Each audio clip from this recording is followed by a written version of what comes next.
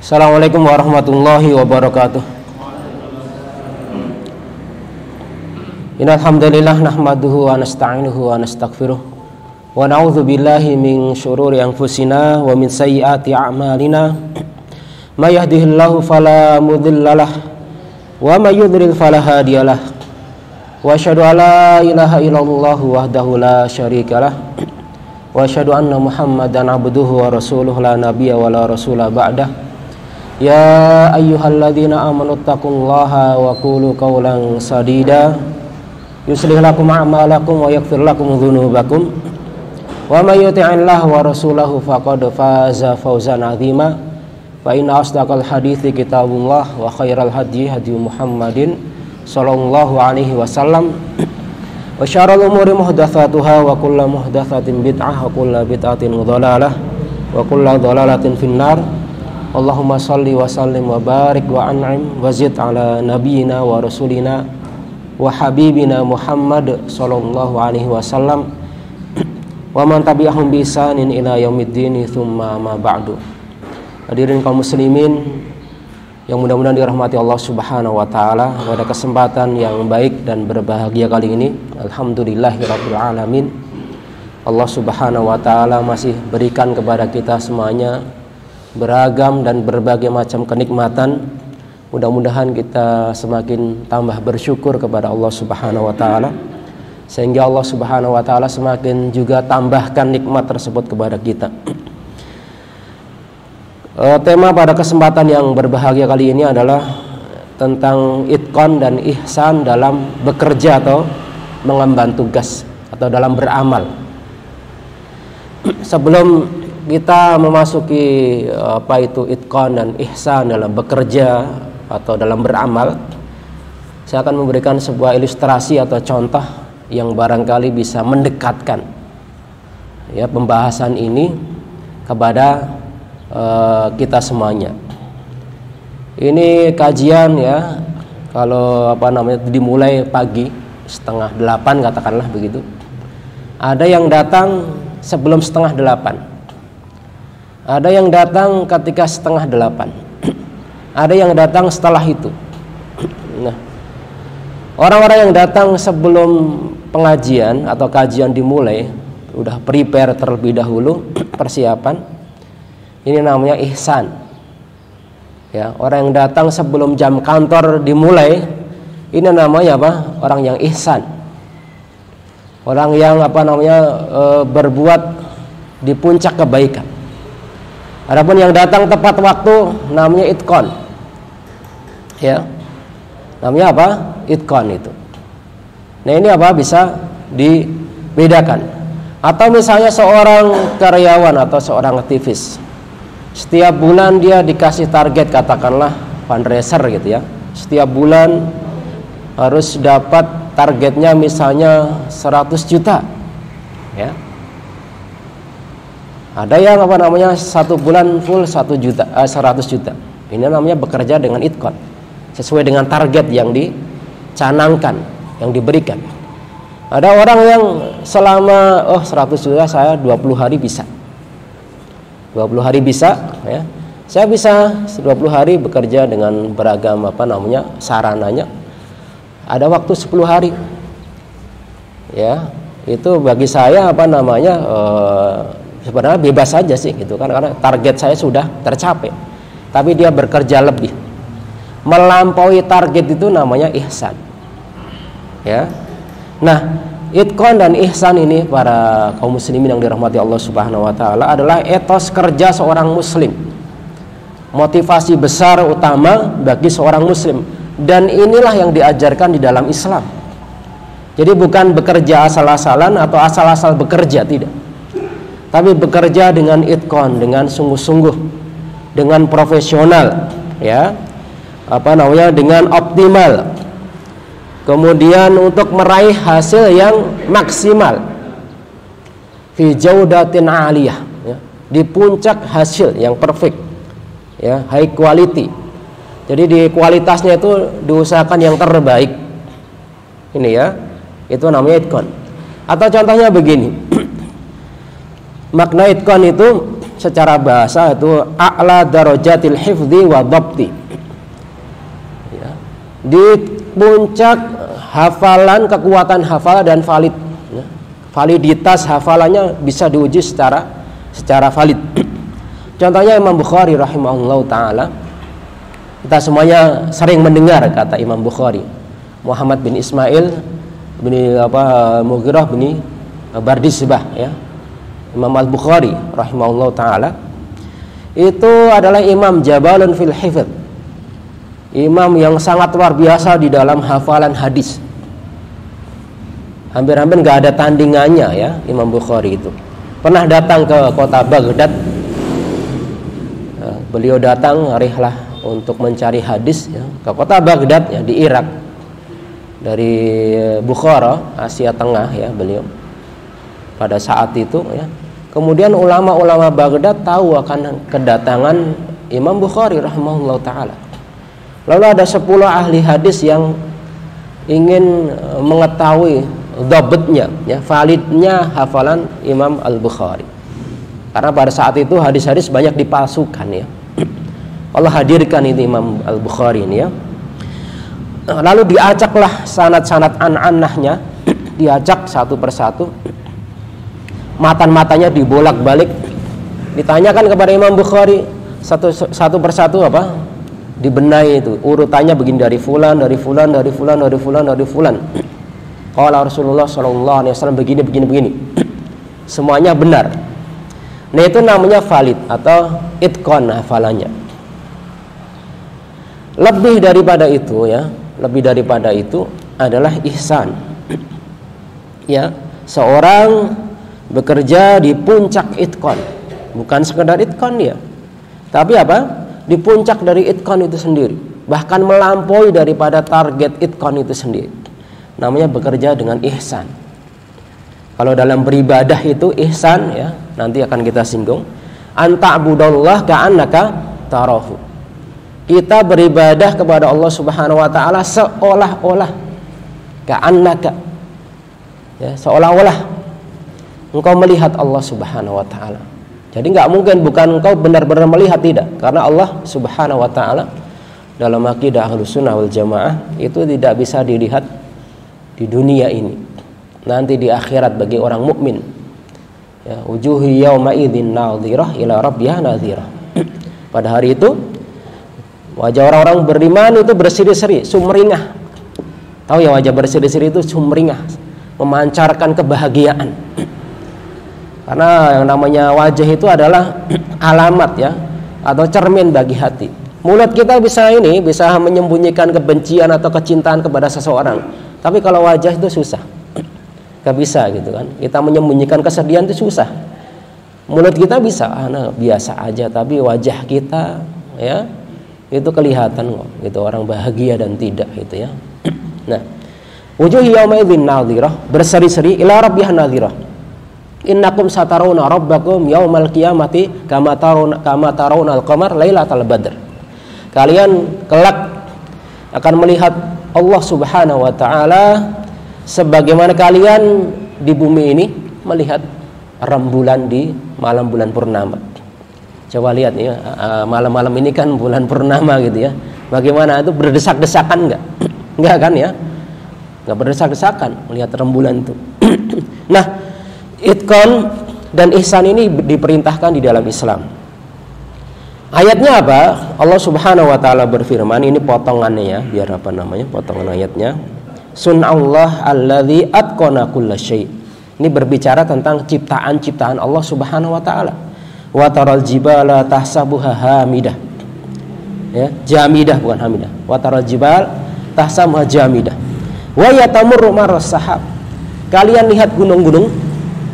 Coba yang dekat dengan sini gunung apa? Gunung Salak, Gunung Pangrango. Ya, lihat gunung-gunung itu. Kalian kira, kalian sangka itu dia tetap. Wa yatamurru marras sahab. Gunung-gunung itu berjalan. Bumi ini kan bergerak, ya, pergerakan bumi. Makanya ada banyak perkiraan di kota-kota di pinggir pantai itu nanti tahun berapa itu kemungkinan tenggelam. Karena ada pergerakan itu, pergeseran. pergeseran tektonik bumi, lempengan dan lain sebagainya itu atas perintah Allah Subhanahu wa taala. Sebagaimana awan berjalan. Sun'allah alladzi atqana kulla syai'. Itulah ciptaan Allah Subhanahu wa taala yang sangat itqan dalam segala sesuatu. Di gunung itu sangat itqan sekali ya, penciptaan gunung itu. Ya, di Allah Subhanahu wa taala ciptakan gunung dan banyak tumbuhannya, ya, banyak hewannya, ya. Kemudian fungsinya gunung, ya, bukan hanya sekedar menahan angin, tidak, tapi pengaruh kepada cuaca.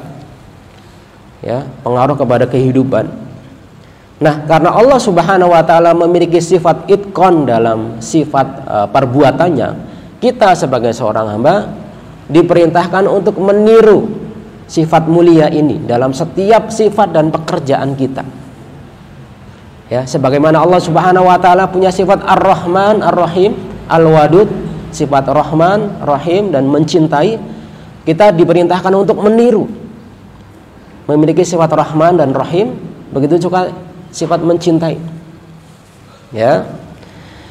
Kemudian dalam hadis Allah Subhanahu wa taala, Nabi sallallahu alaihi wasallam bersabda, "Innallaha yuhibbu idza amila ahadukum amalan ayyudkinahu."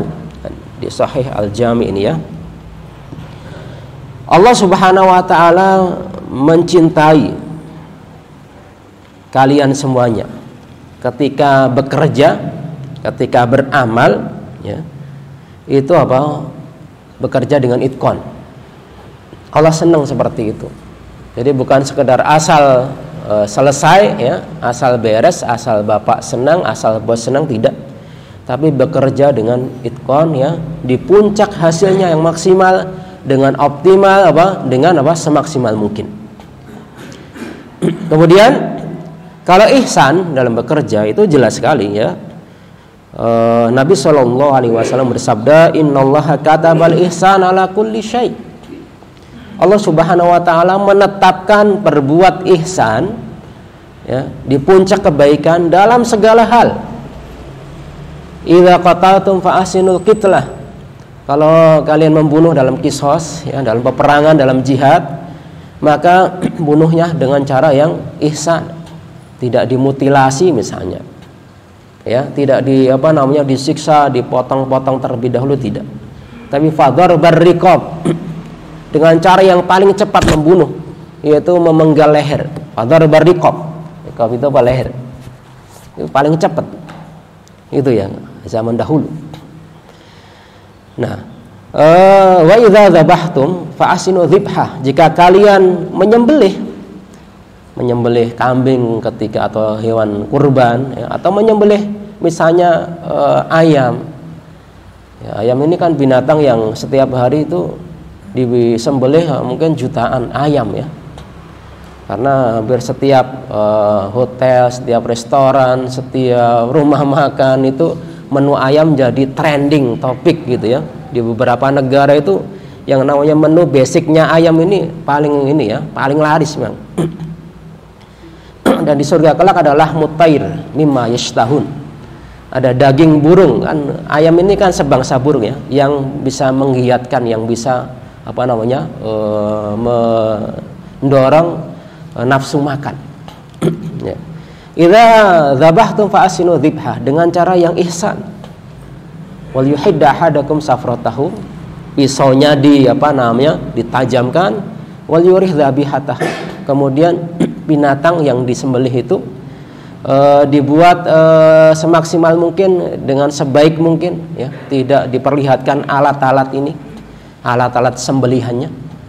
Coba teman-teman yang punya anak laki-laki mau sunat liburan ini, ya, kalau anak laki-laki itu mau disunat, ya, dilihatin guntingnya gini kan. Dilihatin suntikannya gitu kan. Wah, dia kabur dia. Nervous, dia takut gitu kan. Ya, bapaknya aja yang ngelihatin juga nggak berani ngelihat gitu kan. Padahal udah pernah sunat gitu, ya. Apalagi hewan juga punya naluri atau insting seperti itu. Makanya Islam mengajarkan ihsan, ya. Dokter sunat juga begitu kan, kalau yang ihsan juga begitu. Dia anak-anak nggak sakit, padahal Ya ada yang nggak sakit gitu kan. Nah ini apa? Ihsan ketika menyembelih. Dalam segala hal, dalam bekerja kita juga demikian tadi ya. Kalau tadi misalnya kita bekerja apa namanya tadi ya, jam katakanlah jam berapa? Jam 4 atau jam 5 keluar dari kantor ya, masih ada pekerjaan. Sebenarnya jam 5 itu sudah, atau jam 4 itu sudah waktunya pulang. Ya dia jam 5 pulang itu walau apa namanya ya udah kerja dengan itkon sesuai dengan apa asas yang diberikan di sebuah perusahaan atau lembaga tersebut. Tapi dia pengen bekerja lebih daripada itu. Saya kerjakan, saya akan tambah waktu. Ya, sampai mungkin jam 6 biar nggak macet di jalan. Ya ini namanya apa? Ihsan. Ya, dalam bekerja. Ya, suami dah berihsan dalam keluarga misalnya. Nah, dia apa namanya ketika ini ya jatah misalnya setiap bulan sekian, masing-masing kan berbeda ya. Dia tambah itu kalau dia mampu. Ihsan namanya itu ya. Nah, di dalam kerja itkon para hadirin sekalian ini ada beberapa jawanib atau dimensi yang terpenuhi atau terkandung dalam pekerjaan yang itkon itu. Pertama, orang yang bekerja itkon dan ihsan ini yaitu kerja dengan ikhlas. Ikhlas adalah motivasi pertamanya adalah mengharap ridha Allah Subhanahu wa taala dan menjauhkan bahkan meninggalkan ridha manusia. Karena kalau kita nyari ridho manusia itu nggak bakal dapet dah gitu. Nggak bakal dapet kita nyari ridho manusia. Sebaik apapun, sebagus apapun kita, ya ada aja ya. Jangankan kita gitu. Nabi SAW ya, manusia yang paling bertakwa saja nggak selamat dari lisan manusia. Nggak selamat dari celaan manusia, dari tangan manusia, tidak selamat. Fama baluna ya, apalagi dengan kita itu. Jadi apa? Kerja dengan ikhlas, mengharap ridha Allah Subhanahu wa taala dalam setiap pekerjaan kita ya. Sehingga apa? Allah berikan ma'unah, pertolongan. Contohnya apa? Misalnya Imam Bukhari rahimahullah taala. Kita kan ini ya sering dengar riwayat rawahu Bukhari, riwayat Bukhari. Imam Bukhari itu subhanallah ya. Kitab Sahih Bukhari ini dalil ya bahwa beliau menulisnya dengan ikhlas. Sehingga Allah berikan qabul, diterima oleh kaum muslimin di hampir seluruh dunia kenal Imam Bukhari, kecuali Syiah ya, karena memang ya mereka beda pondasi gitu ya. Ya, beliau sangat itkon sekali ya, pembabannya ya, bab-babnya luar biasa ya, sehingga isinya kalau kita baca isi kitab Sahih Bukhari ini orang bilang sekarang itu daging semua ya. Tulangnya pun nggak ada gitu ya, udah dibersihkan. Hadis-hadis yang dhaif itu sama Imam Bukhari udah disingkirkan. Jadi kalau kita menikmati benar-benar kenyang sekali ya dengan ilmu gitu. Makanya jangan bosan-bosan deh gitu. Gimana bisa bosan saat baca aja belum gitu. Makanya kalau belum itu ya belilah gitu. Masa enggak gitu, beli atau di-download gitu kan. Banyak Pak yang itu ya. Sahih Bukhari ini luar biasa ya. Luar biasa Sahih Bukhari ya. Inspirasi yang sangat besar sekali bagi seorang muslim ya. Dalam banyak bab di situ. Kemudian ya, yang kedua adalah dimensi yang kedua, kerja secara cerdas. Bukan sekedar bisa menghafal teks-teks yang ada ya. Kalau seorang pelajar kan menghafal teks banyak gitu, menghafal ayat dan hadis enggak. Tapi bisa bekerja ya out of the book ya dan the box ya. Di luar kotak atau di luar buku. Ada banyak cerita-cerita ya dalam sejarah Islam misalnya bagaimana ide-ide yang cemerlang ini ternyata membawa kerja cerdas ini membawa futuhat Islamiyah yang sangat luar biasa sekali. Kita lihat perang Khandaq. Perang Khandaq itu kaum muslimin mau digempur oleh pasukan sekutu gabungan dari orang musyrik, orang Yahudi ya. Di situ luar biasa 10.000 pasukan yang sangat terlatih, elit gitu kan, dikumpulkan untuk menggempur kota Madinah. Sebuah ide yang sangat brilian ya, dari Salman Al-Farisi radhiyallahu taala anhu, bagaimana membuat parit ini kota Madinah ini apa? Dibuat parit yang bukan membuat selokan, enggak. Ini parit bener, kuda ngelompat aja bisa jatuh gitu ya. Bukan selokan, bukan. Ya, dan itu beberapa kilometer ya. 4 kilometeran gitu ya, sampai 5 mungkin. Dalamnya juga demikian, dalamnya juga lebih dari hampir 2 meteran. Ya, ini dikerjakan dalam waktu kurang lebih kalau tidak salah itu 6 sampai berapa hari gitu ya. Sepekanan. Luar biasa kan? Gotong royong. Ya, tapi idenya ini yang luar biasa. Tahondaknya ya Rasulullah. Dulu kita di Persia kalau mau digempur musuh yang begini tahondaknya, kita itu buat parit. Ini kan ide yang belum pernah ada di strategi perang zaman dahulu di bangsa Arab. Mereka kenalnya perang tanding, jagoan memang mereka ya. Ayo satu-satu lawan gitu kan. Mati di depan matanya gitu kan. Itu. Ya, perang benar-benar begitu ya. Kalau perang zaman sekarang kan macam-macam modanya, pakai virus ya, pakai tinggal pencet tombol ya.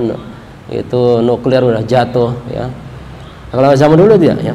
Kemudian Muhammad Al-Fatih di tahun 1953 ya, ada Futuhat Islamiyah di Turki, Konstantinopel. Itu kan idenya luar biasa ya, kerja dengan cerdas ini. Bagaimana tidak ya? Yang kota Konstantinopel ini bertahun-tahun tidak bisa dibuka karena teluk teluknya itu dipalang dengan rantai sehingga kapal-kapal itu tidak bisa masuk. Satu-satunya cara adalah dengan menaikkan kapal ke Bukit Galata untuk masuk teluk Tanduk Emas ya. Itu satu-satunya cara untuk membebaskan Konstantinopel.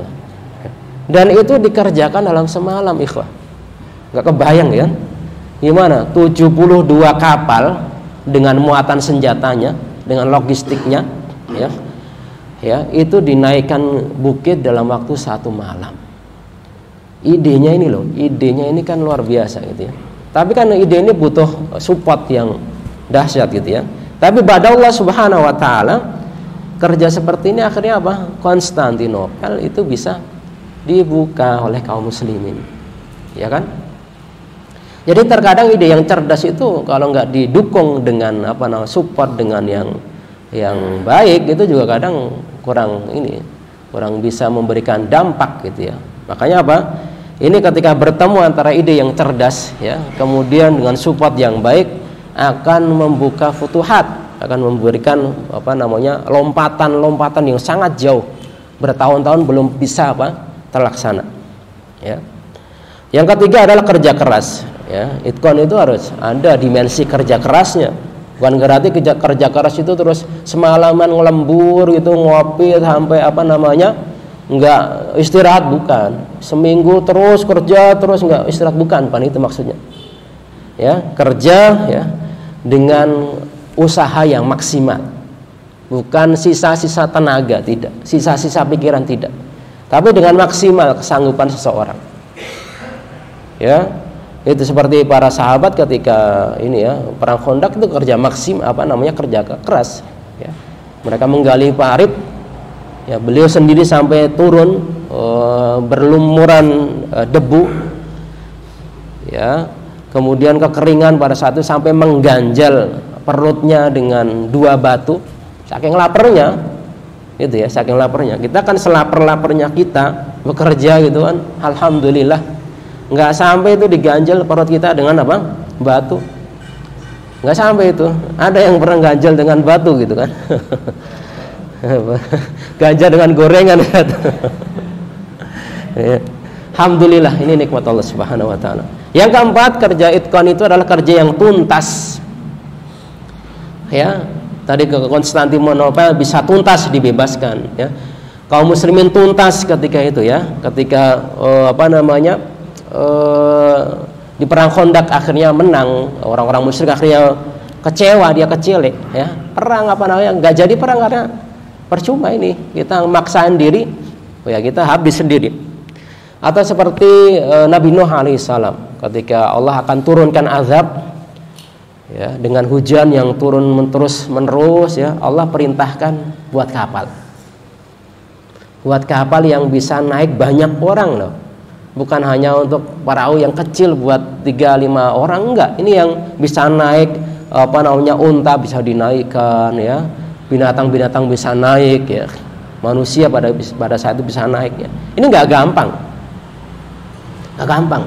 Di saat alat produksi pada saat itu sangat terbatas. Coba ini yang bisa buat meja seperti ini kan nggak setiap orang bisa gitu kan. Diukur dengan ukuran yang sangat tepat ya, sehingga tidak nanti ketika berdiri itu tidak mencong ya, tidak miring gitu. Nah itu kerja tuh beliau kerjakan itu, nyari kayu gitu kan, dipotong, dikerjakan ya, dicemooh nggak masalah. Nah, ini Nabi Nuh dianggap gila, Majnun ini, ngapain buat kapal, buat apaan gitu kan. Nah kadang begitu ya, ide-ide yang besar itu kadang pekerjaan yang besar itu kadang sering dicemooh ya, dicemooh banyak orang. Baik kemudian ikhwah sekalian ya, lebih daripada itu adalah bekerja dengan ihsan tadi ya. Yang lebih dari sekedar itqan itu adalah ihsan. Apa itu dimensi atau jawanib, nilai-nilainya apa? Bekerja bukan hanya sekedar untuk mencari nafkah, tapi kita niatkan pekerjaan kita itu untuk beribadah kepada Allah Subhanahu wa taala. Ya, kita bekerja ya, bukan hanya sekedar mencapai target kemudian dapat gaji, bukan ya. Kita bekerja secara ihsan itu ada nilai ibadahnya. Kita niatkan bahwa pekerjaan kita ini adalah salah satu manifestasi peribadatan kita kepada Allah Subhanahu wa taala. Kemudian bekerja kemudian untuk berdakwah. Ya, betapa banyak orang yang bekerja secara profesional ya, tapi tidak ada nilai dakwahnya. Ya memang mereka secara duniawi itqan ya, profesional. Tapi kita tidak ingin seperti itu, hanya sekedar mendapatkan nilai dunia, tapi ada nilai dakwahnya. Nilai dakwahnya menyebarkan agama Islam ya. Sebab kalau kita nggak ambil peran di situ, nggak ikut andil kita, ya kita akan rugi. Percuma kita punya banyak harta seperti Qarun, tapi tidak untuk meninggikan agama Allah Subhanahu wa taala. Ujung-ujungnya tidak dinikmati, ditinggal menjadi harta karun gitu kan, gak dinikmati oleh dia sendiri. Kemudian ya, bekerja secara ihsan itu adalah bekerja yang bisa menjadikan manfaat banyak orang. Khairun nas anfa'uhum linnas ya, sebaik-baik manusia adalah manusia yang paling bermanfaat bagi manusia lainnya, bukan hanya sekedar untuk kaum muslimin, tidak, tapi manusia secara keseluruhan. Nah ini contohnya ya sekalian ya. Kalau dalam beribadah ya, ini sudah sangat masyhur ya, ihsannya itu sangat masyhur sekali. Contohnya begini, hari Jumat misalnya, hari raya pekanan umat Islam, Nabi SAW bersabda, man ightasala yaumal jumu'ati fa ahsana ghuslahu ya, fa ahsana ghuslahu. Barang siapa yang mandi di hari Jumat dengan mandi yang baik, belum mandi ya, kemudian airnya seluruh ini seperti mandi wajib itu, fa ahsana ghuslahu wa tatahhara fa ahsana tuhurahu. Kemudian dia bertatahur. Tatahur itu bersuci ya, wudu dengan sebaik-baik wudu, sunah-sunah wudunya ya dikerjakan. Yang kedua tadi mandi, kemudian bersuci. Wala bisa ya, min ahsani thiyabi. Yang ketiga, memakai pakaian yang paling baik yang dia miliki di hari Jumat. Wa masa min tibi ahlihi. Pakai wangi-wangian. Tibi ahli itu minyak wanginya istrinya. Maksud dari hadis ini adalah kalau seandainya seorang laki-laki itu nggak punya minyak wanginya sedang habis, ya udah pinjem pakai minyak wanginya istri ya, karena di dalam Islam itu ada kriteria ya, minyak wangi yang baik bagi laki-laki itu yang warnanya itu tidak kelihatan tapi aromanya wangi, menyengat. Kalau wanita warnanya itu kelihatan tapi aromanya ini ya dingin, artinya aromanya tidak menyengat. Dia pakai itu karena ya hari Jumat ya, mandi, wudu, kemudian pakai pakaian terbaik ya, pakai wangi-wangian. Yang keempat, Thumma atal jum'ah walam yalhu walam yufarriq baina itsnain. Datang ke hari Jumat mendengarkan khutbah yang kelima. Dan tidak menyela-nyela orang yang duduk yang keenam. Artinya datang lebih awal. Maksud hadis ini apa? Datang lebih awal. Orang yang bisa melakukan 6 seperti ini, apa balasannya? Ini beribadah secara ihsan. Apa balasannya? Ghufira lahu ma bainahu wa bainal jumu'ah al-ukhra. Orang yang seperti ini layak diampuni dosa-dosanya antara satu Jumat dengan Jumat yang lain. Nah, kita ketika mendatangi Jumat seperti ini enggak gitu. Ya, kalau kita pengen ampunan ya, satu Jumat full itu ya kerjakan seperti ini. Ya, seperti yang dijelaskan Nabi SAW tadi. Hari Jumat, saya kerja Ustaz hari Jumat, nggak apa-apa, mandinya sekalian pagi. Pagi itu diniatkan mandi Jumat. Karena kalau di kantor ya, di lembaga itu susah, ngantri kan. Ya. Begitu misalnya waktu boleh untuk keluar sholat Jumat, langsung ya melejit atau melaju OTW ke masjid. Ya, pakai wangi-wangian, wudhu, gitu ya. Gitu kan, jadi tidak menunda-nunda ya. Kemudian pas imam ini khutbah dengerin, bukan ditinggal tidur ya atau ngantuk. Begitu assalamualaikum warahmatullahi wabarakatuh, udah itu alhamdulillah tinggal tidur, bangun-bangun apa iqamah. Enggak, itu benar apa? Dia benar-benar ini ya, insot, benar-benar menyimak gitu. Nah, insyaallah kita akan dapat, walaupun tadi nggak bisa ada di pagi-pagi, insyaallah dapat pahala seperti ini. Kita kan pengennya datang Jumat itu diampuni dosa-dosa kita gitu kan. Nah, ini yang terakhir ikhwas sekalian, bahwa bekerja dengan itqan dan ihsan tadi adalah bekerja dengan ikhlas ya, dengan cerdas, dengan kerja keras dan kerja tuntas ya, tidak bekerja dengan was-was atau cemas. Ya, ini karena kalau orang sudah kerjanya hatinya cemas atau was-was, ini nggak produktif, gitu ya. Nggak ada ide kalau orang cemas itu. Ya, dia akan vakum, dia akan stagnan. Kerja dengan cerdas, tidak kerja dengan culas ya, kerja dengan keras, bukan kerja malas, dan kerja tuntas, tidak kerja secara tandas. Tandas itu nggak ada, habis waktu, habis tenaga, tapi hasilnya sifar, ya, 0, 0, gitu kan. Tidak ya. Nah, ini budaya itqan dan ihsan ini harus kita tanamkan pada diri kita masing-masing, sehingga kita bisa mendapatkan cinta atau ridha Allah Subhanahu wa taala. Dan amal dan atau perbuatan kita lah yang sebenarnya akan dinilai oleh manusia. Ya. Yang dinilai itu perbuatan, hasil dari perbuatan kita. Gitu. Nah, ini yang bisa disampaikan pada pertemuan yang berbahagia kali ini ya, setidaknya bisa memberikan wacana atau memberikan wawasan dan motivasi agar kita bisa mempersembahkan sebaik mungkin. Kalau sekarang saya sudah itqan Ustaz, udah tingkatkan ya, dari itqan itu menjadi ihsan dalam bekerja dan beramal, sehingga kita mendapatkan puncak kebahagiaan juga ya. Bukan sekedar kebahagiaan, tapi di puncak kebahagiaan ketika bekerja itu. Ini yang bisa disampaikan, kurang lebihnya mohon maaf ya. Subhanakallahumma bihamdika asyhadu an la ilaha illa anta astaghfiruka wa atubu ilaik. Assalamualaikum warahmatullahi wabarakatuh.